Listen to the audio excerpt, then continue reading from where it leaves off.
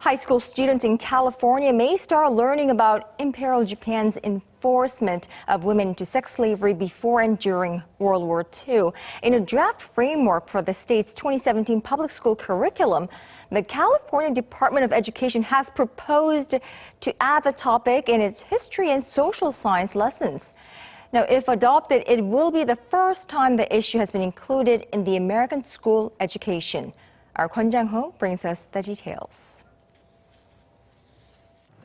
The California Department of Education has proposed teaching its high school students about the issue of Japan's wartime sexual slavery.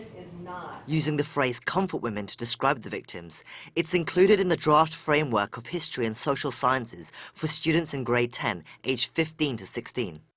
In Chapter 15 of the draft, entitled World History, Culture and Geography, The Modern World, it says the issue is to be taught as an example of institutionalized sexual slavery and emphasizes that it is one of the largest cases of human trafficking in the 20th century. It also goes on to say that estimates on the total number of victims vary, but most experts argue that hundreds of thousands of women were forced into these situations during Japanese occupation. This is the result of last month's public hearing, where we argued to the Education Board the need to include this issue of Japanese wartime sexual slavery. Members of the public are invited to comment on the draft until February, before the curriculum is finalized by the State Board of Education in May.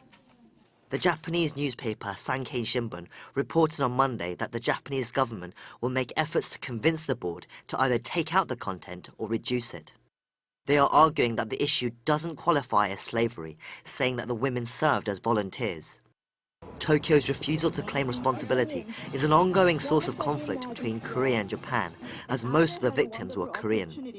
Seoul and the surviving victims are still seeking a formal apology and reparations from the Japanese government for the atrocities. Kwon Jang, Arirang News.